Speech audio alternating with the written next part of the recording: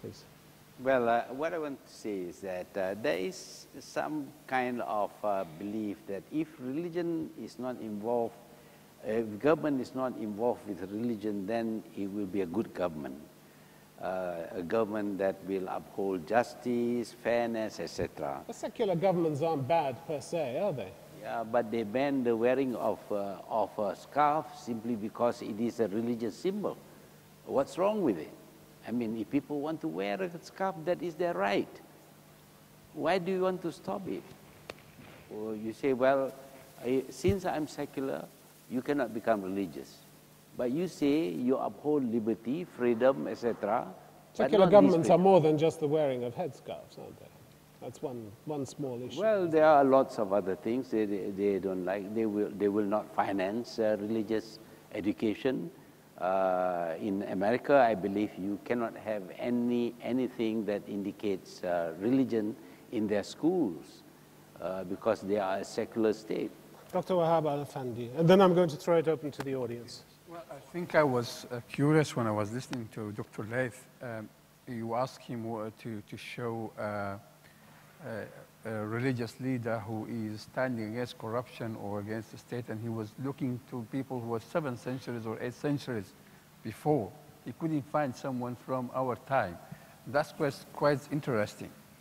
Although there are a few, but I think the fact that he couldn't remember even a single person is quite interesting. But I think we want to get back to the core of the issue.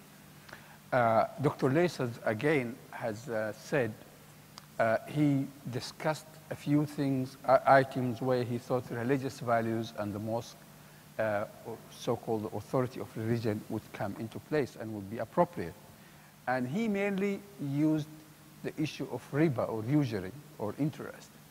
Now, we know that in Islam, this is one of the very interesting things, that in Islam there is no legal sanctions against riba, or interest.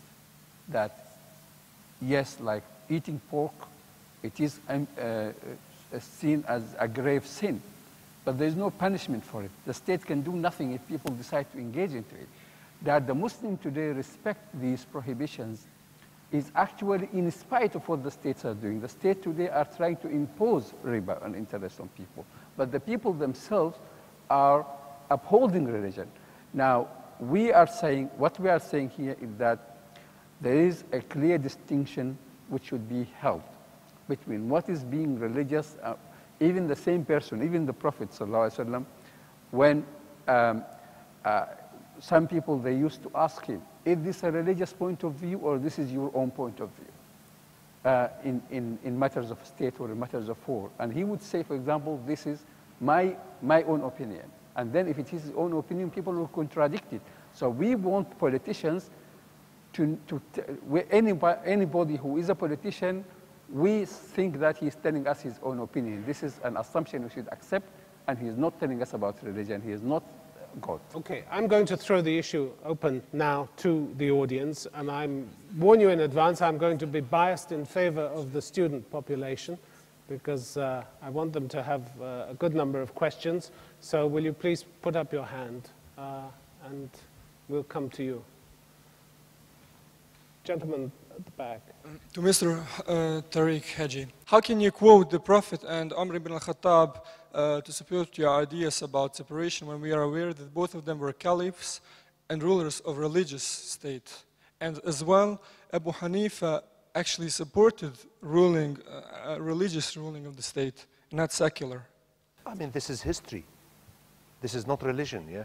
If it was religious, the 4 caliphs came to power on 4 different methods.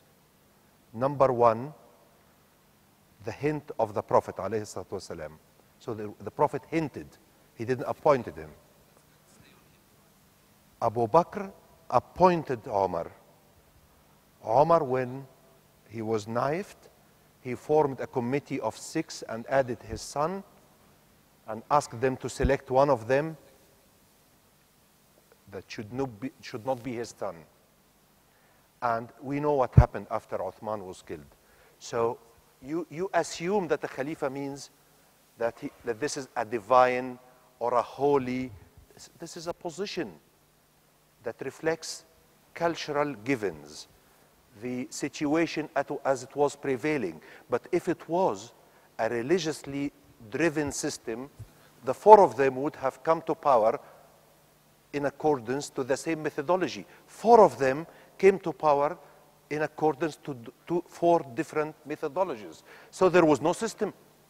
This was the system of the time, because everyone came to power on different grounds.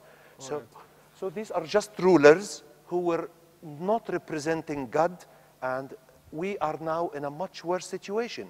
And I need to say one thing only.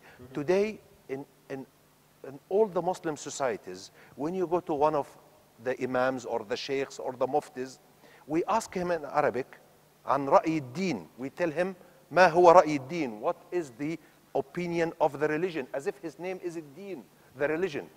We should ask him, what is your view, Tim? Because you are not the religion, you are Tim.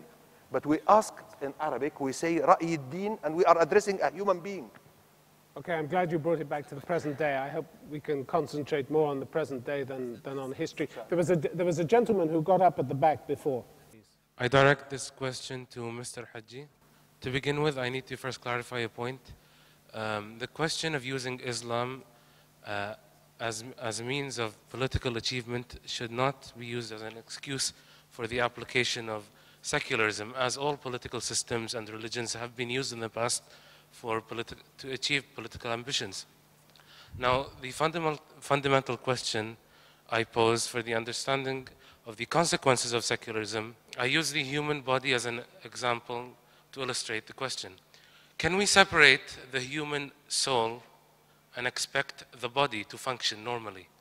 For instance, take the products of society in secular states, which hold future threats to humanity. For instance, genetic engineering, human cloning, the Human Genome Project. Can humanity... I understand. Can humanity live... Would you keep it brief, please? We've got Can lots of humanity questions. live with the absence of the soul? Thank you. No, I totally agree to you.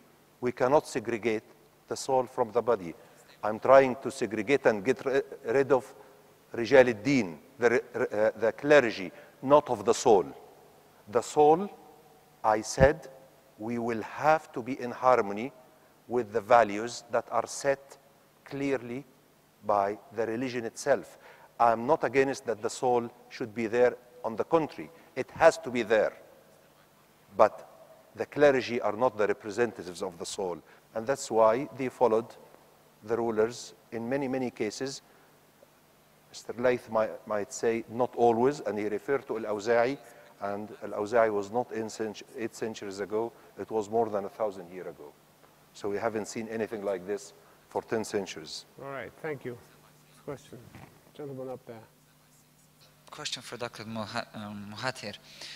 Given the diversity of religions and principles arising from them, as well as the right of every man to a free choice, how should the state and the principles under which the state operate accommodate its functionality and the way it works to meet these different choices and needs? Malaysia became independent and adopted actually British common law. Now, British common law, of course, is not based on the Islamic religion.